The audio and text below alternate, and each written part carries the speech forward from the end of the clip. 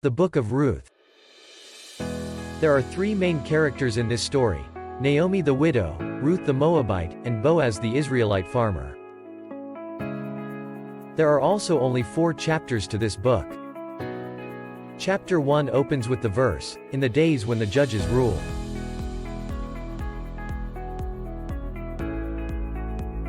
This reminds us of the difficult times that were going on in the period of the judges.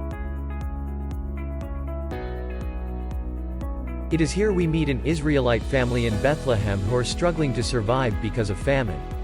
They, in search of food, move to the land of Moab, which is Israel's old enemy. It's there the father of the family dies, and the sons end up marrying 2 Moabite women, Ruth and Orpah. And unfortunately, the sons, they die too. And so, only Naomi is left.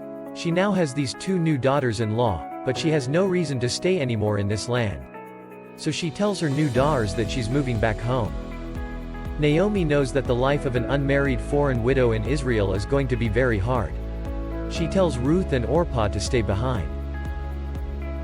Orpah agrees and leaves. But Ruth stays with Naomi. She has committed to her family and to Naomi. She tells Naomi that, "Wherever you go, I'm going to go. Your people will become my people. Your God will become my God." And so the 2 of them return to Israel together. Chapter 2 begins with Naomi and Ruth discussing where they're going to find food. It just so happens to be the beginning of the barley harvest, so Ruth goes out to look for food.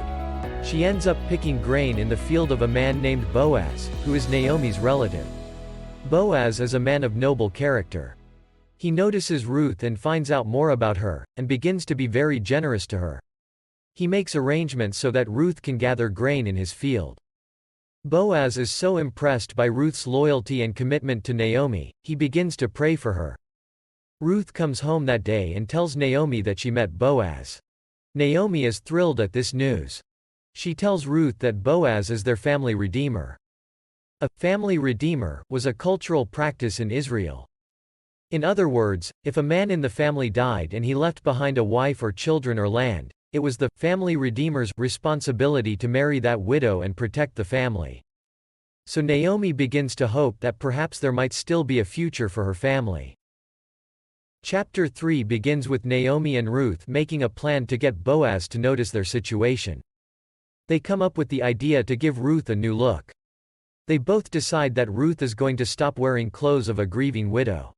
They want to let Boaz know Ruth is available for marriage. One night, Ruth sets out to Boaz's farm. As she approaches Boaz, he wakes up. Ruth asks Boaz if he will redeem Naomi's family and marry her. Boaz is so impressed by Ruth's commitment and loyalty to Naomi and her family. He even calls Ruth a woman of noble character. It's the same term used to describe the woman of Proverbs chapter 31. So Boaz tells Ruth to wait until the next day and he will redeem both Ruth and Naomi legally before the town elders. The chapter ends with Ruth returning to Naomi and they rejoice at their good news. Chapter 4 breaks it all down. It turns out Boaz discovers there is a family member who's closer to Naomi than he is.